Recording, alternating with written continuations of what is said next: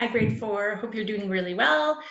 Today I'm going to read chapter 5 of The Lion, the Witch, and the Wardrobe by C.S. Lewis. And I brought myself a nice cup of tea.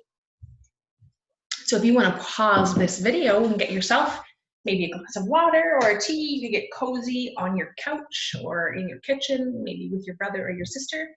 And we will read chapter 5.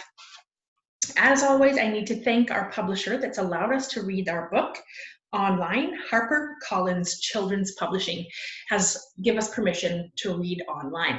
So, as you remember in chapter 4, Edmund had just got back from going through the wardrobe into Narnia and meeting the Queen of Narnia, who we also find out is the White Witch. Anyway, this chapter is called Back on This Side of the Door. Have a cup of tea for my voice. Because the game of hide and seek was still going on, it took Edmund and Lucy some time to find the others. But when at last they were all together, which happened in the long room where the suit of armor was, Lucy burst out, "Peter, Susan, it's all true. Edmund has seen it too. There is a country you can get through the wardrobe. Edmund and I have both got in. We met one another there in the wood." Go on, Edmund, tell them all about it. "What's all this about, Ed?" said Peter. And now we come to one of the nastiest things in the story. Up to that moment, Edmund had been feeling sick and sulky and annoyed with Lucy for being right, but he hadn't made up his mind what to do.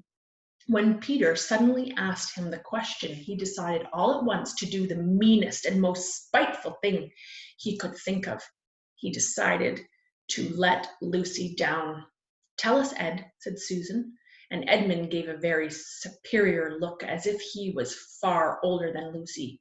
There was really only 1 year's difference. And then a little snigger and said, "Oh yes, Lucy and I have been pretending that all her story about a country in the wardrobe is true. Just for fun, of course. There's nothing there, really." Poor Lucy gave Edmund one look and rushed out of the room. Edmund, who was becoming a nastier person every minute, thought that he had scored a great success and went on at once to say, "There she goes again. What's the matter with her? That's the worst of young kids. They always—" "Look here," said Peter, turning on him savagely. "Shut up! You've been perfectly beastly to Lou ever since she started this nonsense about the wardrobe, and now you go playing games with her about it and setting her off again. I believe you did it simply out of spite." "But it's all nonsense," said Edmund, very taken aback. "Of course it's all nonsense," said Peter. "That's just the point. Lou was perfectly all right when we left home, but since we've been down here, she seems to be either going queer in the head or else turning into a most frightful liar. But whichever it is, what good do you think you'll do by jeering and nagging at her one day and encouraging her the next?" I thought, said Edmund, but he couldn't think of anything to say. "You don't think anything at all," said Peter. "It's just spite. You've always liked being beastly to anyone smaller than you. We've seen that at school before now." "Do stop it," said Susan. "It won't make things any better having a row between you two. Let's go and find Lucy." It was not surprising that when they found Lucy, a good deal later, everyone could see that she had been crying. Nothing they could say to her made any difference. She stuck to her story and said, "I don't care what you think. I don't care what you say. You can tell the professor, or you can write to mother, or you can do anything you like. I know I've met a fawn in there, and I wish I'd stay there. And you are all beasts, beasts." It was an unpleasant evening. Lucy was miserable, and Edmund was beginning to feel that his plan wasn't working as well as he had expected. The two older ones were really beginning to think that Lucy was out of her mind. They stood in the passage talking about it in whispers long after she had gone to bed.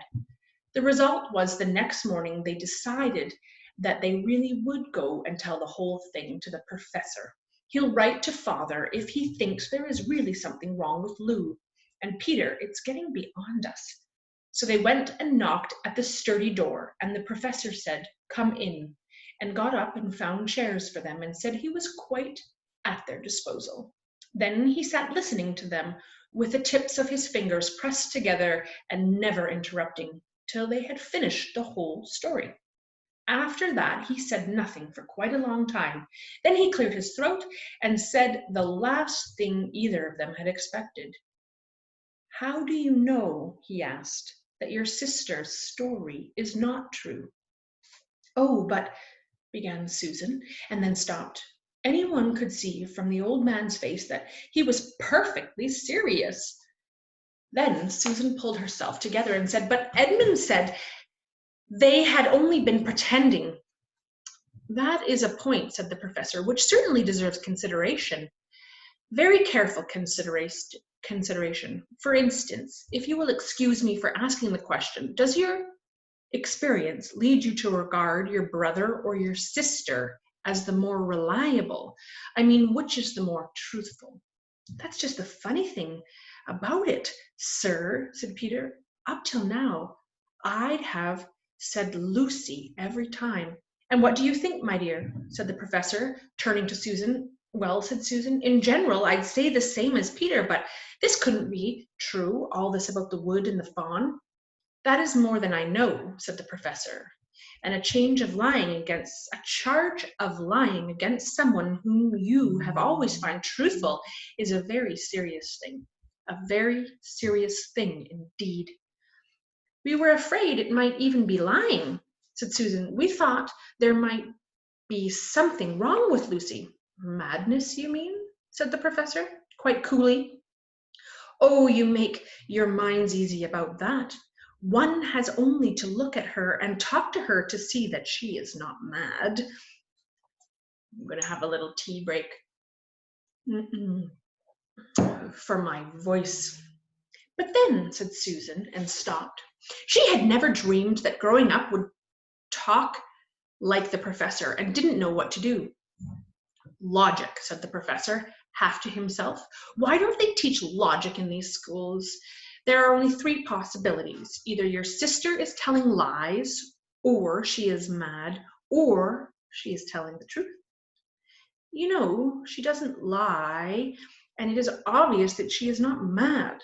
For the moment then, and unless any further evidence turns up, we must assume that she is telling the truth."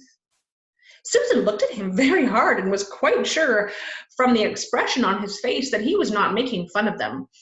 "But how could it be true, sir?" said Peter. "Why do you say that?" asked the professor. "Well, for one thing," said Peter, if it was real, why didn't everyone find this country every time they go to the wardrobe? I mean, there was nothing there when we looked. Even Lucy didn't pretend there was." "What has that to do with it?" said the professor. "Well, sir, if things are real, they're there all the time." "Are they?" said the professor, and Peter did not know quite what to say. "But there was no time," said Susan. "Lucy had no time to have gone anywhere, even if there was such a place. She came running after us the very moment she went out of the room. It was less than a minute, and she pretended to have been away for hours." "That is the very thing that makes her story so likely to be true," said the professor. "If there really is a door in the house that leads to some other world, and I should warn you that this is a very strange house, and even I know very little about it." I'm going to show you a picture. So this is a picture of the professor, or the kids talking to the professor, telling the story. "And I know very little about the house," he says. "If I say she had got into another world, I should not be at all surprised to find the other world had a separate time of its own, so that however long she stayed there, it would never take up any of our time. On the other hand, I don't think many girls of her age would invent that idea for themselves. If she had been pretending, she would have hidden for a reasonable time before coming out telling her story." "But do you really mean, sir," said Peter, that there could be other worlds all over the place, just round the corner like that. Nothing is more probable, said the professor, taking off his spectacles and beginning to polish them, while he muttered to himself, I wonder what they do teach them at these schools. But what are we to do? Said Susan. She felt that the conversation was beginning to get off point. My dear young lady, said the professor, suddenly looking up with a very sharp expression of both of them, there is one plan which none of you has yet suggested and which is well worth trying. What's that? Said Susan. We might all try minding our own business, said he, and that was the end of the conversation. It's very interesting. This professor didn't turn the kids away with their story, so I wonder he might believe them. After this, things were a good deal better for Lucy. Peter saw to it that Edmund stopped jeering at her, and neither she nor anyone else felt inclined to talk about the wardrobe at all. It had become a rather alarming subject, and so for a time it looked as if all the adventures were coming to an end. But that was not to be. The house of the professors, which even he knew so little about, was so old and famous that people from all over England used to come and ask permission to see over it. It was the sort of house that is mentioned in guidebooks and even in histories, and well it might be, for all manner of stories were told about, some of them even stranger than the one I'm telling you now. And when parties of sightseers arrived and asked to see the house, the professor always gave them permission, and Mrs. Macready, the housekeeper, showed them around, telling them about the pictures and the armor and the rare books in the library. Miss Macready was not fond of children and did not like to be interrupted when she was telling visitors all the things she knew. She had said to Susan and Peter almost on the first morning, along with a good many other instructions, and please remember that you're to keep out of the way whenever I'm taking a party over the house. Just as if any of us would want to waste half the morning trailing around with a crowd of strange grown-ups, said Edmund. And the other three thought the same. That was how the adventures began for the second time. A few mornings later, Peter and Edmund were looking at the suit of armor and wondering if they could take it to bits when the two girls rushed in the room and said, Look out! Here comes the Macready and a whole gang with her. Sharp's the word, said Peter, and all four made off through the door at the far end of the room. But when they had got out into the green room and beyond it into the library, they suddenly heard voices ahead of them and realized that Miss Macready must be bringing her party of sightseers up the back stairs instead of up the front stairs as they had expected. And after that, whether it was that they lost their heads or that Miss Macready was trying to catch them, or that some magic in the house had come to life and was chasing them into Narnia, they seemed to find themselves being followed everywhere, until at last Susan said, Oh, bother those trippers.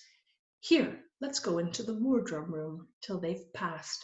No one will follow us in there. But the moment they were inside, they heard voices in the passage, and then someone fumbling at the door, and then they saw the handle turning.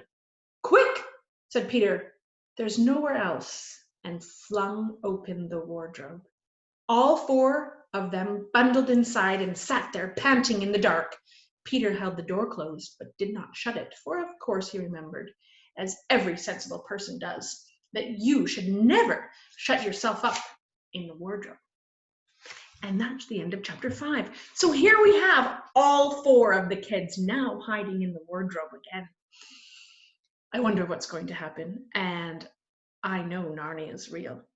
Thanks for listening to Chapter 5, Grade 4. Don't forget to check out the questions. I'm going to post them and give a few answers to some of the questions in a reading response. And don't forget to turn your work in. Have a great day. Thanks for listening to my story. Oh, and enjoy your tea if you're having tea. I'll have mine. Delicious.